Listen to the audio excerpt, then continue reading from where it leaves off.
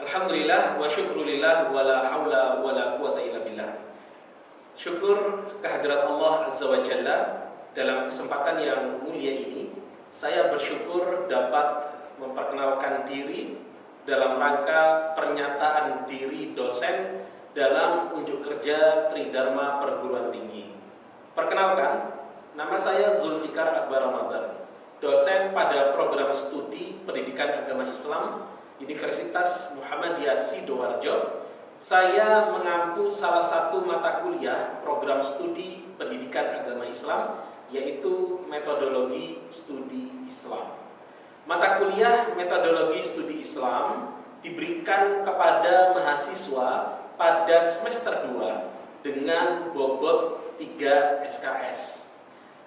Mata kuliah ini merupakan mata kuliah wajib program studi dalam program sarjana.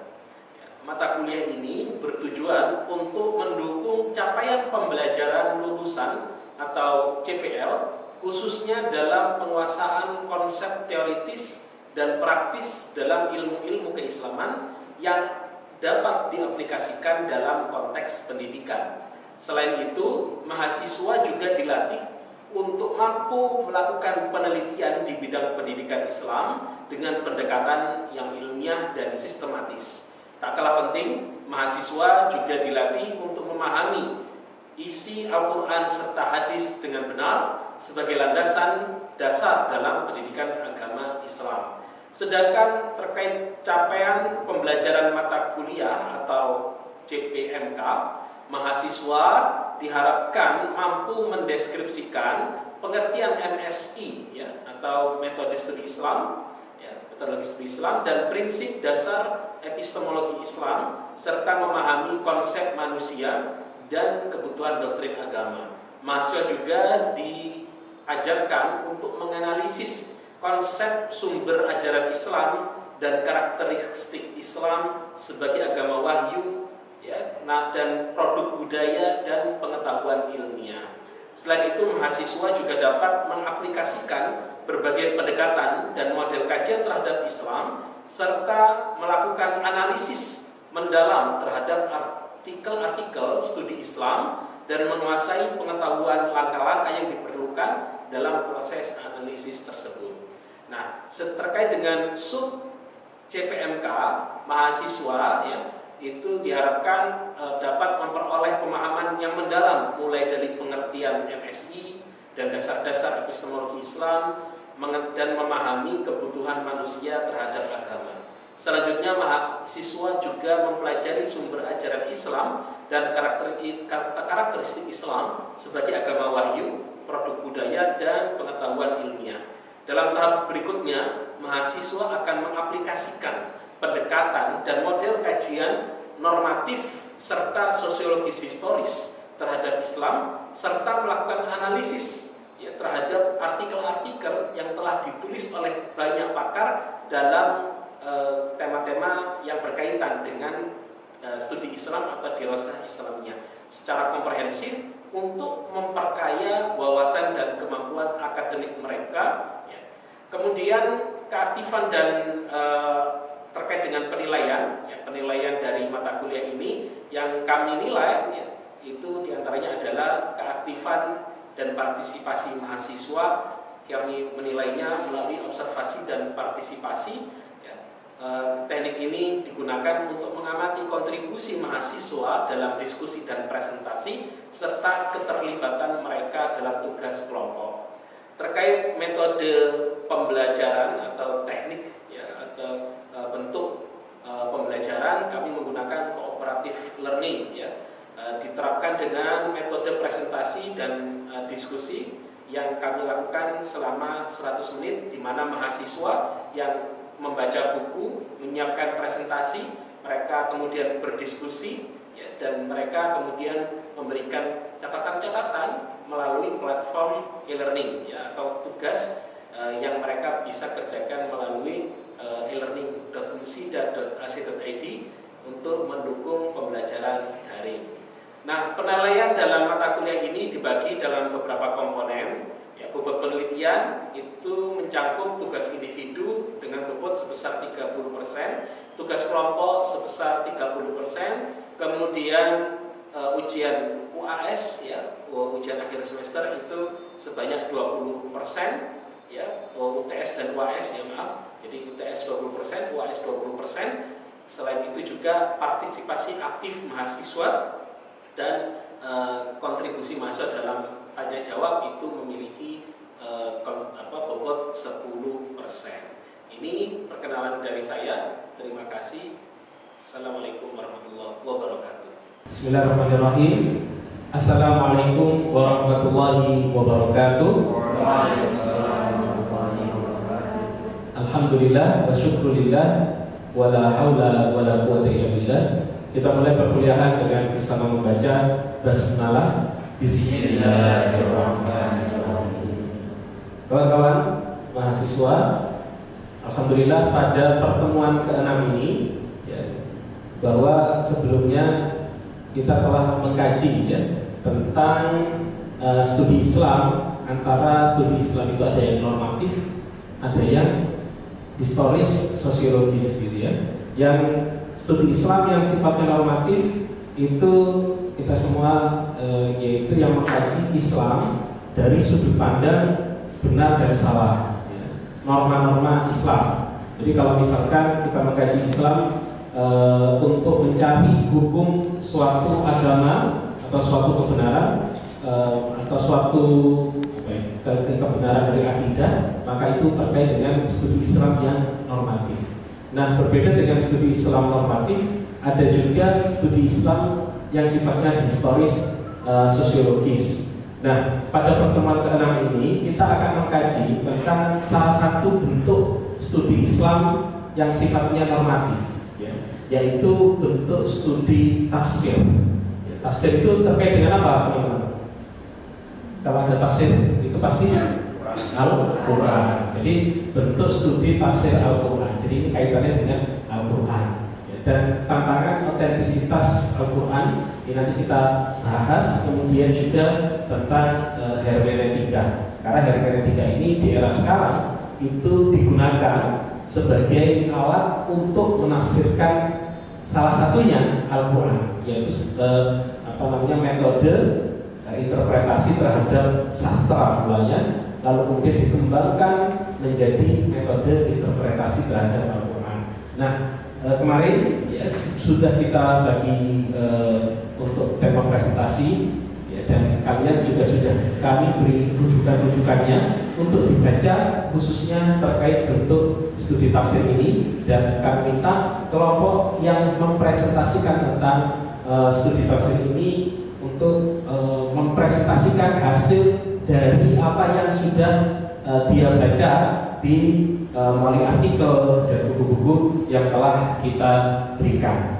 Ya, saya persilakan kepada kelompok 1 untuk mempresentasikannya. Silakan Mas Haikal untuk mempresentasikan hasil dari bacaannya ya, terhadap bentuk studi tafsir, termasuk juga tantangan terhadap otentisitas Al-Quran dan hermeneutika. Saya persilakan.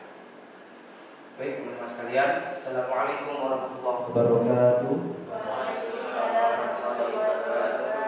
Alhamdulillah pada kesempatan kali ini kita bisa bertemu lagi dalam kelas ini, dan pada pertemuan ini saya akan menjelaskan mengenai bentuk-bentuk studi tafsir, tantangannya, serta otentisitas Al-Quran dan hermeneutika dalam studi tafsir Quran.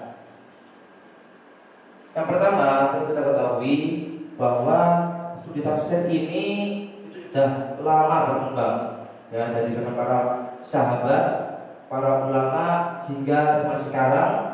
Studi tafsir cukup dikaji secara luas oleh para ulama ataupun para ahli yang lainnya, sehingga tafsir ini menjadi salah satu ilmu yang gemar, yang seringkali dibahas, terutama ketika membahas mengenai bagaimana menjelaskan dalil-dalil dalam Al-Quran. Tafsir ini juga memiliki berbagai macam pendekatan dan metode yang digunakan. Setiap ulama, setiap ahli ilmu memiliki metode tersendiri dalam melakukan tafsir kepada ayat-ayat Quran. Serta dalam tafsir ini sendiri ada tantangan-tantangannya, yang mana tidak semua ahli ilmu di dunia ini menyetujui tentang konsep tafsir Al-Quran atau bahkan Al-Quran itu sendiri. Contohnya para orientalis dan orang-orang yang tidak meyakini Al-Quran. Dan juga tafsir sendiri itu memiliki konsep yang namanya hermeneutika. Hermeneutika dalam tafsir itu menjadi penting sekali dalam studi tafsir Al-Quran yang akan membantu kita dalam memahami makna Al-Quran, yang mana konteks Al-Quran tersebut dapat sesuai seiring zaman dan berbagai macam budaya. Oke, yang pertama bagian tafsir secara tafsir ini bagian tafsir yaitu ada tafsir bil ma'thur dan tafsir bil ra'yi. Tafsir bil ma'thur itu adalah tafsir yang mengandalkan atau merujuk kepada dalil-dalil daripada Al-Quran dengan Al-Quran serta hadis Nabi SAW dan perkataan para sahabat. Jadi tafsir ini adalah metode yang menggunakan teks-teks atau nas-nas dari hadis Al-Quran untuk menafsir kembali Al-Quran itu sendiri dan juga hadis itu sendiri. Nah, selanjutnya adalah tafsir bil ra'yi, yaitu tafsir menggunakan pemahaman atau menggunakan pemikiran. Yang mana tafsir ini lebih luas lagi metodenya, yaitu bisa menggunakan berbagai macam pemahaman ilmu, termasuk logika, filsafat, dan juga berbagai macam disiplin ilmu yang membantu untuk menjelaskan atau mengambil sebuah makna daripada suatu ayat dalam hadis maupun Quran. Yang selanjutnya adalah klasifikasi atau bagian tafsir jadi tematik dan juga maqasidi. Tafsir tematik itu adalah tafsir yang membahas tema-tema tertentu atau pokok-pokok pembahasan tertentu dalam Al-Quran, yang mana akan fokus dalam menggali hubungan antara ayat dengan ayat terkait suatu tema. Contohnya terkait dengan peristiwa Nabi Musa dan juga pembangunan Bani Israel dan juga lain sebagainya. Kemudian ada tafsir maqasidi, yaitu menekankan kembali apa makna dibalik ayat-ayat Al-Quran dan mengambil sebuah hikmah yang mana hikmah tersebut berfungsi untuk yaitu melindungi jiwa, harta, dan juga menerapkan norma-norma Al-Quran dalam kehidupan sehari-hari. Contohnya adalah syariat atau ayat yang mana dia ini menganjurkan atau memerintahkan untuk memotong tangan orang yang mencuri, sehingga orang yang tersebut ketika telah dipotong tangannya maka akan timbullah yang namanya itu maslahat, sehingga menimbulkan efek jerah kepada sang pencuri tersebut. Oke, selanjutnya kita akan membahas mengenai tantangan otentisitas Al-Quran, yaitu mengenai kritik-kritik orientalis tentang Al-Quran itu sendiri, tentang keotentikan Al-Quran, serta respon dari ulama muslim tentang kritikan tersebut. Salah satu tokoh yang mengkritik tentang Al-Quran yaitu adalah John Wansberg, yang mana orientalis ini menyebutkan bahwa Al-Quran ini tidaklah asli, ya, dan Al-Quran ini merupakan tiruan daripada kitab-kitab Yahudi dan Nasrani juga.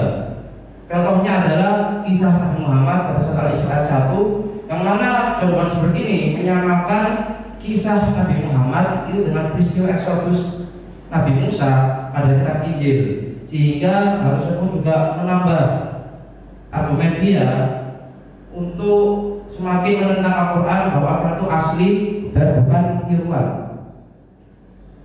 Kemudian hal tersebut ditanggapi oleh orang muslim bahwa kritik tersebut adalah benar, karena Al-Quran sendiri diriwayatkan melalui jalur-jalur penghafal yang mana terseleksi dan ketat, dan riwayatnya itu terjaga oleh para ahli ilmu, sehingga tidak mungkin untuk berdusta atau mengotak-atik daripada isi daripada keaslian Quran tersebut. Sehingga kritik daripada orientalis ini tidaklah benar dan juga dikuatkan oleh pendapat ulama muslim bahwa peringatan Al-Quran itu terjaga oleh penghafal-penghafal dan juga penulis-penulis yang terjaga dengan ketat. Saya izin bertanya, tadi kan dijelaskan oleh Mas Haikal, apakah otentik penjelasan tentang Al-Quran? Nah, di sini pertanyaannya itu apakah Al-Quran yang sekarang kita baca itu benar-benar asli atau otentik dari Nabi Muhammad SAW? Oke, terkait dengan pertanyaan Pak Fitri, apakah Al-Quran ini otentik sejak zaman Nabi Muhammad hingga sekarang? Jawabannya adalah otentik. Ya, karena ayat-ayat Quran yang dikumpulkan dari para sahabat yang menulis wahyu tatkala sampai kepada Nabi Muhammad itu tidak semata-mata dikumpulkan saja, tetapi divalidasi dan dicek kebenarannya atau kesesuaiannya dengan yang disampaikan Nabi Muhammad oleh sahabat Zaid bin Tsabit, sehingga tak mungkin atau sangat kecil kemungkinannya untuk ada kesalahan atau kekeliruan dalam isi Al-Quran tersebut. Saya sedikit menambahkan jawabannya dari Mas Haikal. Tadi dijelaskan bahwa Al-Quran itu kan sudah ditulis oleh sahabat, ya, ketika Rasulullah membacakan ayat tersebut, gitu ya. Jadi Rasulullah membacakan ayat tersebut, sahabat kemudian menuliskannya. Itu terjadi pada masa Nabi Muhammad SAW, dan sahabat itu Rasulullah itu menyusunkan ayat-ayatnya, bahkan Rasulullah memberikan nama dari surat-surat tersebut, ya. Lalu kemudian pada masa Abu Bakar As-Siddiq, tulisan tentang Al-Quran itu, tulisan itu divalidasi. Pertama, Zaid bin Tsabit bersama panitia yang disusun oleh Abu Bakar As-Siddiq itu mereka berkumpul dan kemudian memvalidasi catatan yang mereka punya, ya, beserta dan Al-Quran ditulis ulang dengan kesaksian dari manuskrip-manuskrip yang dituliskan oleh para sahabat yang mendengarkan langsung dari Rasulullah SAW. Ya, maka kita akan dengar di dalam Al-Quran ini kan ada, kalau Anda ingin rumah, ada hadis itu ya, kalau Anda ingin rumahnya tidak dimasuki setan, membaca surat apa? Al-Baqarah. Nah, Al-Baqarah itu berapa juz? 3 juz. Al-Baqarah yang 3 juz itu, ya, kalau kita bisa lihat, itu kan panjang.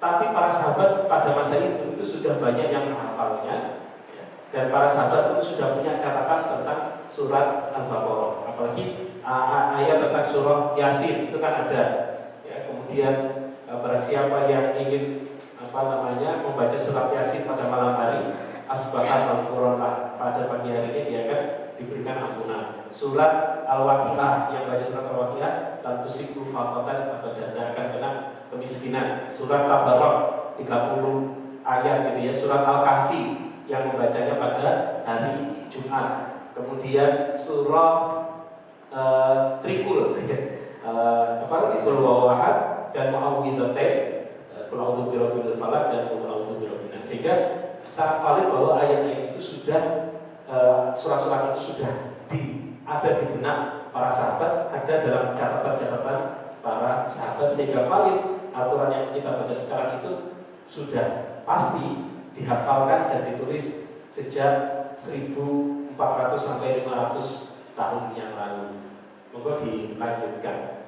Oke, selanjutnya kita akan membahas mengenai hermeneutika Al-Quran, pendekatan kebenaran, dan respon ulama muslim terhadap teori tersebut. Jadi inti daripada hermeneutika Al-Quran yaitu di mana seseorang itu dapat memahami Al-Quran itu sendiri tanpa harus memperdalami ilmu tafsir tersebut. Jadi semua orang, tidak ulama saja, tetapi semua orang itu ketika membaca Al-Quran, dia dapat mengambil atau memahami teks tersebut dan dapat menyesuaikannya dengan konteks pada zaman ini, sehingga Al-Quran tersebut menjadi tidak kaku dan fleksibel diterapkan dalam berbagai zaman. Tetapi ulama Muslim merespon bahwa tafsir Al-Quran itu sendiri tidak hanya menggunakan akal pemahaman saja, tetapi ada beberapa tafsir yang telah kita sebutkan tadi, tafsir Al-Quran, hadis, yang mana hal tersebut berlandaskan kepada sumber-sumber yang otoritatif secara keseluruhan, sehingga memahami teks Al-Quran itu sesuai dengan yang diinginkan oleh Allah dan Rasulnya, serta menjaga makna daripada Al-Quran tersebut. Terima kasih Mas Haikal atas presentasinya. Ya, nanti akan kita lanjutkan ke penguatan dari materi yang setelah disampaikan oleh Mas Haikal. Saya persilakan untuk kembali ke tempat. Baik teman-teman, ini kita telah berbicara tadi ya tentang tafsir ya, dan studi Al-Quran. Sebenarnya secara general itu kita berbicara tentang studi Al-Quran. Kalau kita lihat ya tafsir Al-Quran, tafsir itu bicara tentang apa sih? Yang tadi dipresentasikan bil maksud itu metodenya. Kalau tafsir bil maksud itu kan Al-Quran dengan Al-Quran. Jadi misalkan menafsirkan ayat apa misalkan? Apa ayat yang Anda tahu, yang Anda kenal? Yang sebutkan yang saat ini terbetik di pikiran Anda. Ayat Khamar, innamal wal maisiru wal azlamu rijsun min amali syaitan fajtanibuh. Ya, itu bagus ya ayatnya. Nah, ketika kita baca ayat itu, bagaimana metodenya tafsir bil maksud? Itu kan kita ambil ayat Al-Quran yang serupa atau hadis Nabi Muhammad SAW, khususnya terkait tentang penjelasan dari innamal khamru wal maisiru. Ya, itu dikutip dan kemudian digunakan untuk menjelaskan ayat tersebut. Ya. Begitu juga tafsir biroi. Ayat tersebut ketika dijelaskan misalkan tentang innamal khamru wal maisir, maka dia analisa dari segi kebahasaan, dia bisa menganalisa dari segi logika, bahkan dia bisa menganalisa secara sosial kondisi masyarakat yang ada ya, ketika masyarakat itu misalkan dia berbicara masyarakat yang terkena tadi khamar, perjudian, maisir ya, itu biasanya masyarakatnya rusak, gak beres, anak-anaknya atau ekonominya akan melemah dan lain sebagainya, gitu ya. Itu jadi menjelaskan ayat Al-Quran secara normatif. Ayat Al-Quran ini ayat innamal khamru wal maisir itu bunyinya apa sih? Gitu loh. Jadi ini normatif. Nah, kalau menggunakan hermeneutika yang tadi banyak dikritik oleh para ulama, masalahnya di hermeneutika itu ketika dikaji innamal khamru, ya, khamr itu hukumnya apa bagi para ulama dan berdasarkan Al-Quran dan hadis haram. Tapi ini bisa berubah, ya. Khamr itu tidak serta-merta haram. Kenapa? Karena ketika Anda hidup di Jazirah Arab yang panas, maka tidak relevan untuk meminum khamr.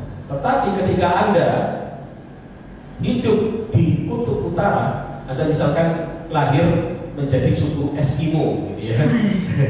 Itu khamar itu berfungsi untuk menghangatkan tubuh.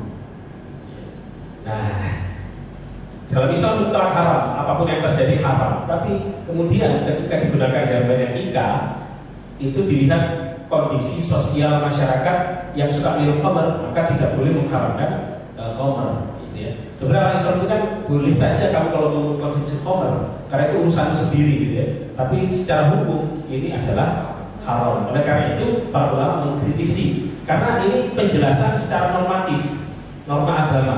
Jadi norma khamar itu haram, khamar itu buruk, dirubah oleh hermeneutika menjadi khamar itu tidak buruk, khamar itu baik-baik saja. Gitu. Nah ini masuk dalam kajian normatif. Tapi ketika kita coba lihat di sini, tantangan otentisitas yang dikaji itu tentang apa? keaslian Al-Quran. Al-Quran itu dilihat oleh tadi John Wordsworth itu seperti apa? Teks tiruan. Ini Al-Quran meniru Alkitab, meniru Bible, meniru Taurat, Taurat dan Injil, Perjanjian Lama dan Perjanjian Baru. Kan begitu kata John Wordsworth. Kenapa? Karena banyak kisah-kisah yang sama. Misalkan surat Yusuf itu kalau Anda baca itu mirip sekali dengan kisah yang ada di kitab Kejadian. Coba nanti dibuka ya. Itu mirip sekali di kitab Kejadian. Kitab yang pertama itu, Sefer Bereshit. Bereshit itu kitab Kejadian yang pertama. Itu mirip. Nah berarti Al-Quran ini nyontek dari Alkitab, gitu kata dari John Wordsworth. Bahkan saya itu nggak menemukan perbedaan kisah surat Yusuf itu, hanya sedikit sekali perbedaan. Nah di sini itu kan dia kritik bisa jadi Al-Quran itu nggak ditulis pada awal abad Hijriah, pasti ditulisnya pada sekitar 3-4 kata John Wordsworth. Ya. Padahal hadis-hadis Nabi Muhammad itu jelas tentang surat Al-Baqarah, tentang bahkan ada hadis itu saya pernah baca salah satu surat yang diturunkan, kan kalau Anda pernah belajar ilmu Al-Quran, hadis Al-Quran kan diturunkan bertahap, munajjaman, bertahap. Tapi ada satu surat panjang, agak panjang tapi diturunkan langsung, yaitu surah Yusuf. Diturunkan langsung surat Yusuf itu kan berarti kata Yusuf, surat Yusuf dan beserta isinya itu sudah ada sejak Rasulullah masih di Mekah. Paham ya?